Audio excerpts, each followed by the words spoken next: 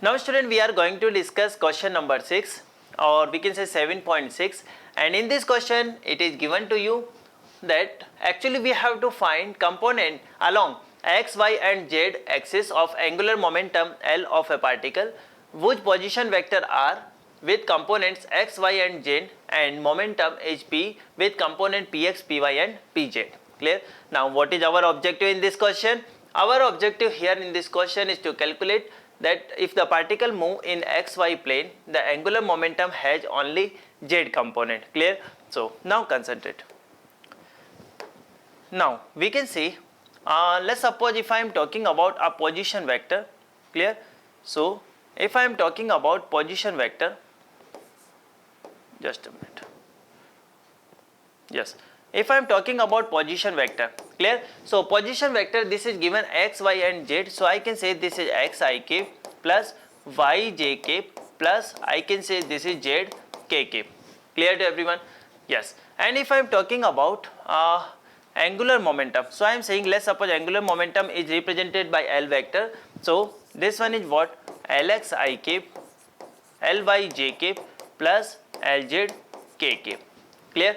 Now actually it is also given we have a momentum also. So I can say P vector, this is given by Px I cap plus Py j cap plus I can say this is Pz k cap. Clear? So how can we calculate here angular momentum? I can say this is given by R cross P. R cross P. So now we can utilize this method. Here we have I cap, j cap and k cap. Clear? If I am talking about R vector we can say this is x, y and z component. Clear? And if we are talking about momentum is given to you. This is Px, this one is Py and this one is Pz. Clear? So concentrate on the screen.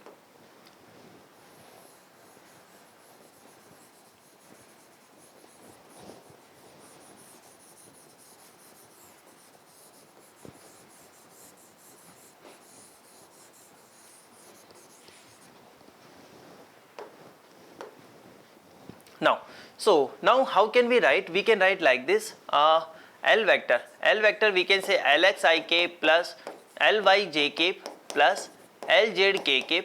This is given by. Clear? I can say I cap. So how can we write? You know very well. This is I cap. Now I can cut here this row and I can cut this column, and from here if we multiply, you can say y multiply pz minus z multiply py. Clear? Now let's suppose if I am writing here minus j. Clear? So I am saying now this is minus j, and I can say if I write here minus j multiply.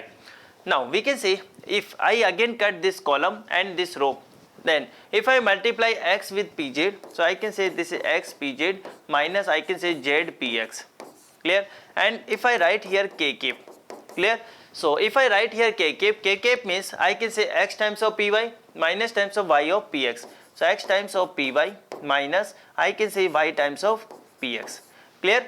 So now let us try to understand.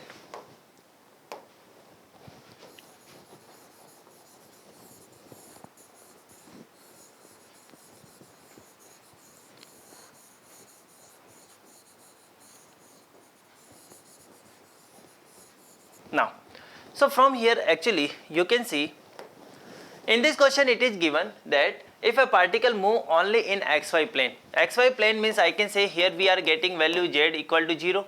Clear? And because particle is moving in xy plane, so definitely I can say here momentum in z direction is also 0. Clear? So from here you can see if we talk about this one, so this is angular momentum Lx I cap, I can say this is Ly j cap plus I can say this is Lz k cap, and this is given by I can say now Pz equal to 0. So I can say Pz 0, and here we have z equal to 0. Yes or no? Clear? I can say here Pz 0, z equal to 0. It means I can say here we have only k cap and x py minus I can say y px. Clear? So now if we compare k cap on both sides, directly I can say Lz, this is given by x py minus y times of px. Clear? So in this question it is given we have to show if particle move only in xy plane. Here you can see, here we have only terms of x and y. Clear?